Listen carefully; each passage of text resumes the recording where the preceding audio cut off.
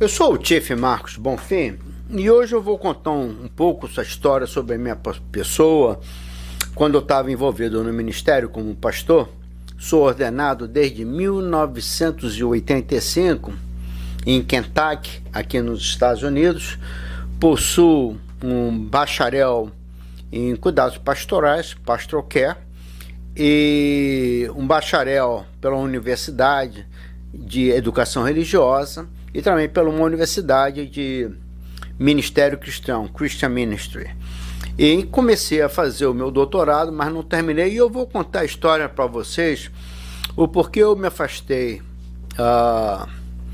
do ministério e passei a ser police officer, né, ser um policial, e para que vocês possam entender, porque várias pessoas estão me perguntando, estão me questionando, e eu vou contar um pouco para vocês. Se inscreve aí no Facebook, está crescendo, muito obrigado aí pelo apoio, está crescendo muito legal. E aquela jossa do YouTube, meu amigo, ô tranqueira, viu? Vai devagar, viu? Vai devagar, é uma tartaruga não, né? Preguiça mesmo, né? Aliás, eu vou botar o símbolo da preguiça e botar lá no YouTube. Mas vamos lá, mas antes de mais nada, eu quero falar para vocês. Acompanho o Cabo Fábio, é um tremendo de um teólogo, foi um pastor, o cara é fantástico. Intelectualmente falando, o cara está assim na nossa frente, a nível de educação religiosa, teologia, pastoral. O cara está assim há anos-luz na nossa frente, é um cara fantástico. E o que é mais bacana dele é que ele é verídico, ele é autêntico, ele tira a máscara, ele não usa máscara, e isso é muito bacana. E vocês vão ficar pasmados com esse vídeo em que o Bispo Macedo pagou $40 mil para destruir o Caio Fábio. Entra no YouTube. O nome desse vídeo, o título é Caio Fábio expõe pastor Silas Malafaia. Silas Malafaia, tu é um canalha de um patife, cara. Tu é o diabo encarnado. Mas vamos lá.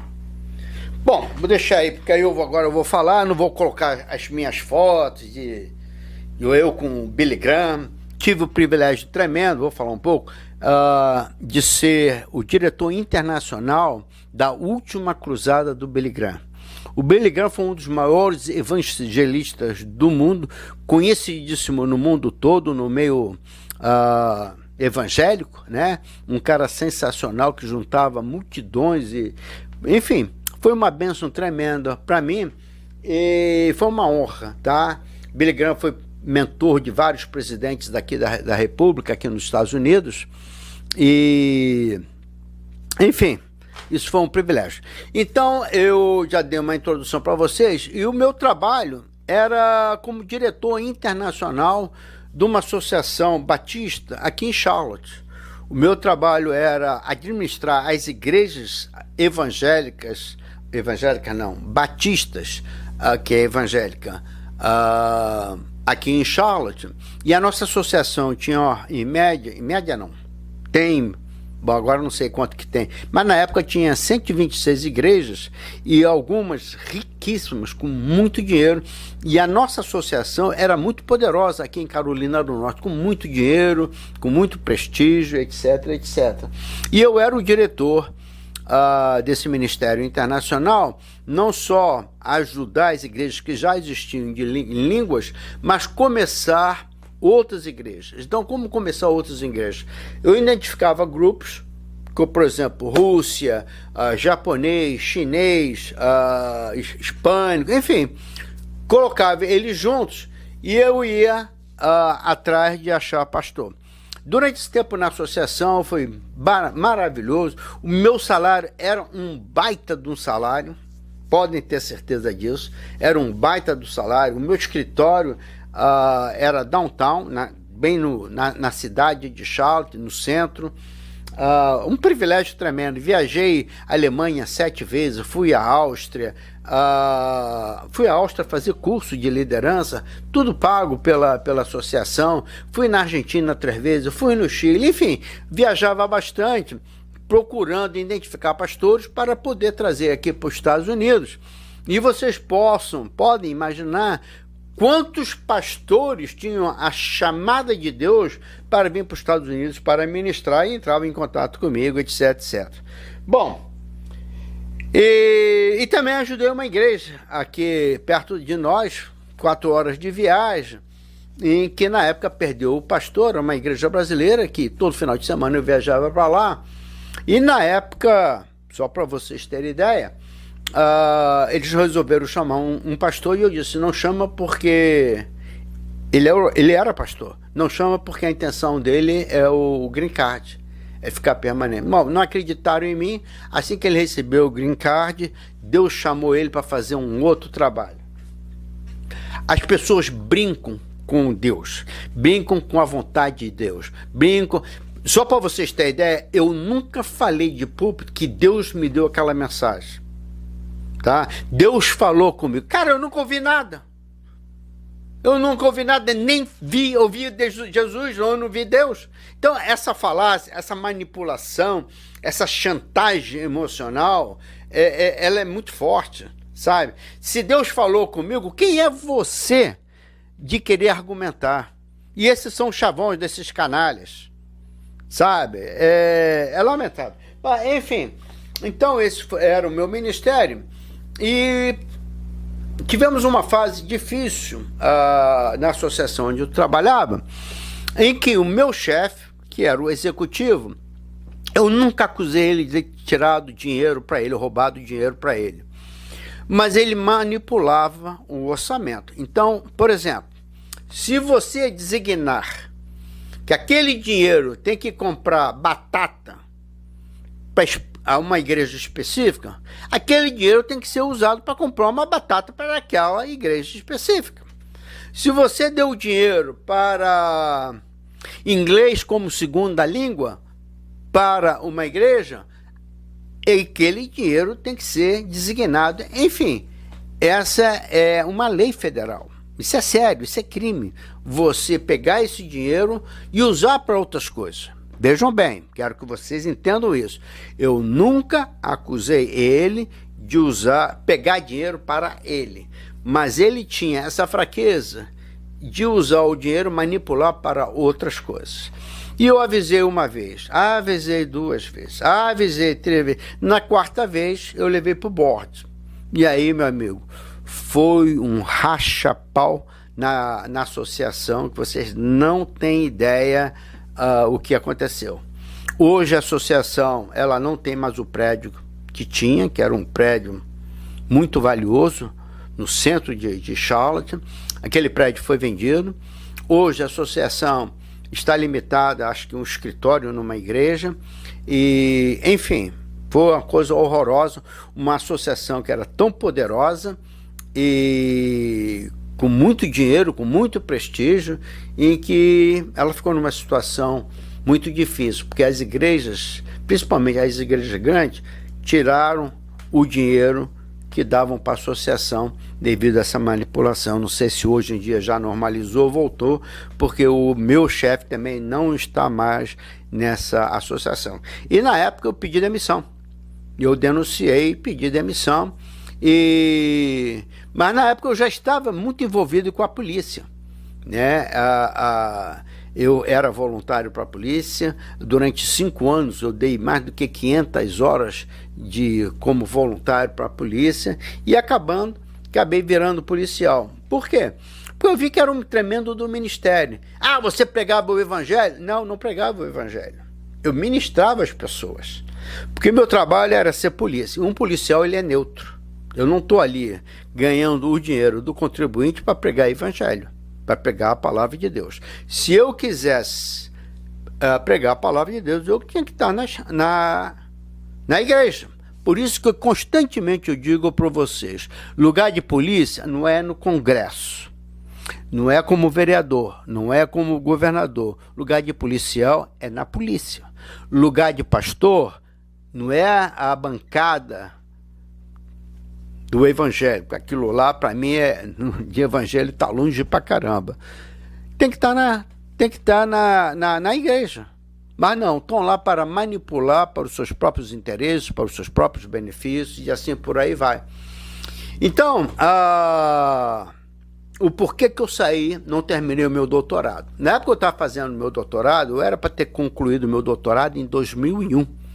Eu já estava na fase final do meu doutorado, quando o seminário, que era em Chicago, de uma outra denominação. E por que que eu fui nessa denominação? Eu sou Batista do Sul. Nós temos vários seminários, várias universidades. Eu poderia ter feito o meu doutorado tranquilamente, porque eu sei que da maneira que nós pensamos, da maneira que nós agimos, etc., seria muito mais fácil. Mas eu decidi para esse seminário que não pertencia à minha denominação. Por quê? Porque na minha classe eram 15 estudantes, nós chamamos doutorando, por aí, 15 alunos que estavam fazendo doutorado, 14 denominações diferentes.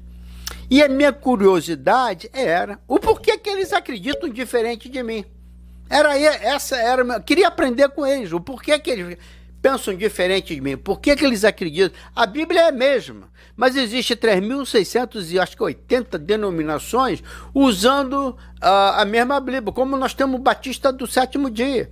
Cara, é uma diversificação muito grande. Então esse professor, e quero lembrar para vocês que naquela época as igrejas estavam rachando o pau.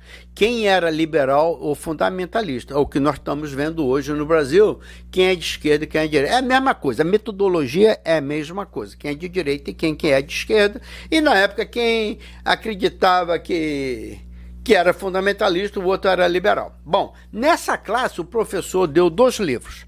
Um livro era um professor do Princeton University, uma universidade famosíssima do nível, vamos dizer assim, intelectual, acadêmico altíssimo, e o outro livro era de um professor fundamentalista do Texas, de um seminário realmente grande e forte. Então eu perguntei ao meu professor o que ele esperava de mim em relação a eu escrever um papel. Ele falou: escreve o que tu pensa. Ah, rapaz, eu escrevi o que eu pensei. Ele não gostou não, viu? Gostou mesmo não, porque eu caí de cacete. E a parte fundamental do que eu escrevi, que eu caí de pau, eu não consigo entender porque esses doutores com PhD, com tanta educação acadêmica, professores, ficam brigando por poder, dinheiro, prestígio. Quem controla quem na denominação? Mas aí eu caí de cacete, né? E ele não gostou não. Aí me deu C no meu papel. C em doctoral level. No doutorado ele não passa. No mínimo tem que ser B. E aí, na próxima classe que eu fui, que era a última de seminário, para depois eu escrever minha dissertação, eu fui falar com ele. Falei: Dr. Webb, o senhor me deu C? Não gostei do seu papel. Eu falei: peraí. O senhor disse para mim que o senhor queria a minha opinião, o senhor não pediu que eu fizesse uma análise, vamos dizer assim, acadêmica, fundamentalista e liberal. O senhor pediu a minha opinião e eu dei a minha opinião e caí de pau em cima.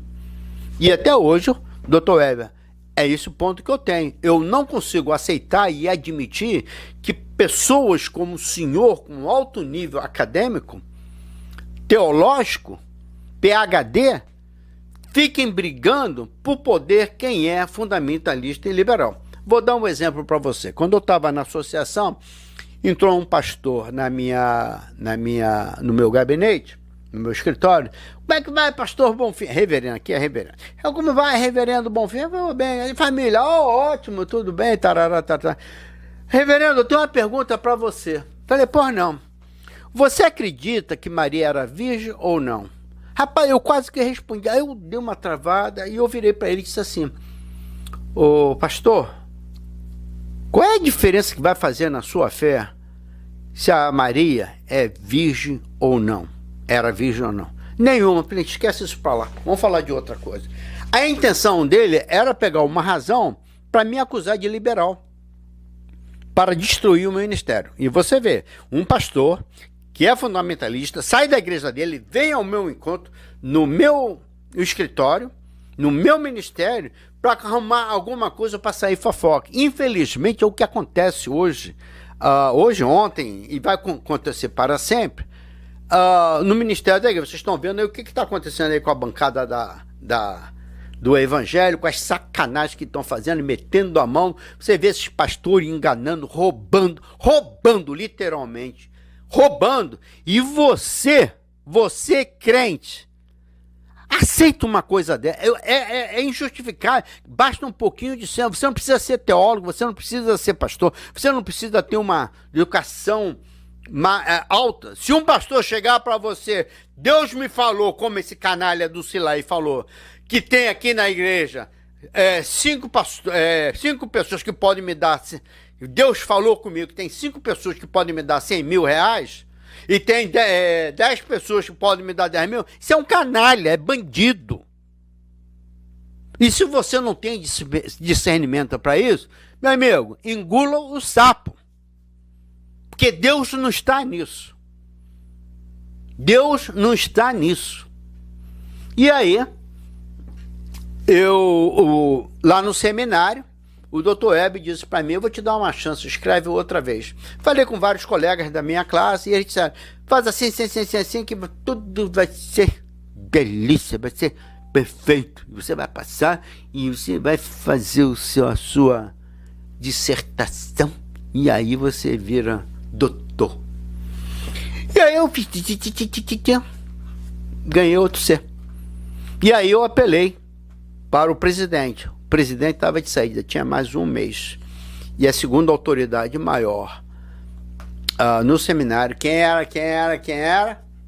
Era o meu professor, que ele era o deão acadêmico do colégio. E por isso eu decidi não concluir.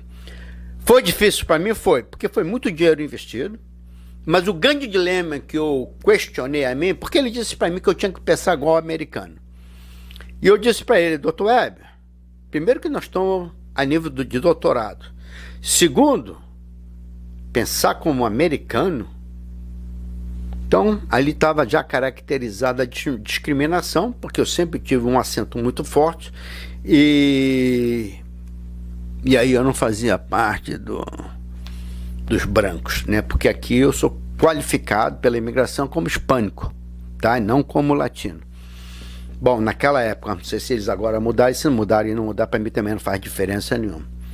O dia que eles tiverem um doutorado com, como é que fala, aí no Brasil, com uma cota, aí eu entro como hispânico. É brincadeira. Mas enfim, gente, é isso, tá? E tem outras experiências que depois eu posso contar para vocês, a nível quando eu estava lá no ministério, que eu deixei muita gente aborrecida. Deixei mesmo. Mas paciência. E essa é um pouco da minha história que vocês podem conhecer. E olha, a máscara vocês não vão ver em mim, mas não vão ver em mim de pastor.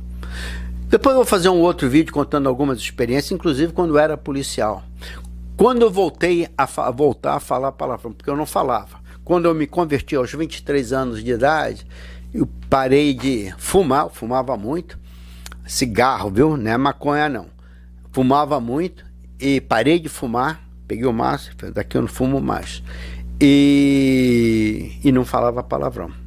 E depois, quando eu voltei a ser polícia, voltei a falar palavrão, e no outro vídeo, eu vou te contar a história, o porquê que eu voltei a falar palavrão. Que Deus possa abençoar você. É certo isso? Não, não é certo. E se você quer a mudança começa em cada um de nós. Olha, entra nesse vídeo aí. Caio Fábio expõe pastor Silas Malafaia. Malafaia, tu é um canalha. Bispo Macedo, tu é um outro grande canalha. E esses outros do chapeuzinho, mas esse já tá, o diabo já tá cuidando. Que Deus abençoe a todos. Tchau, tchau.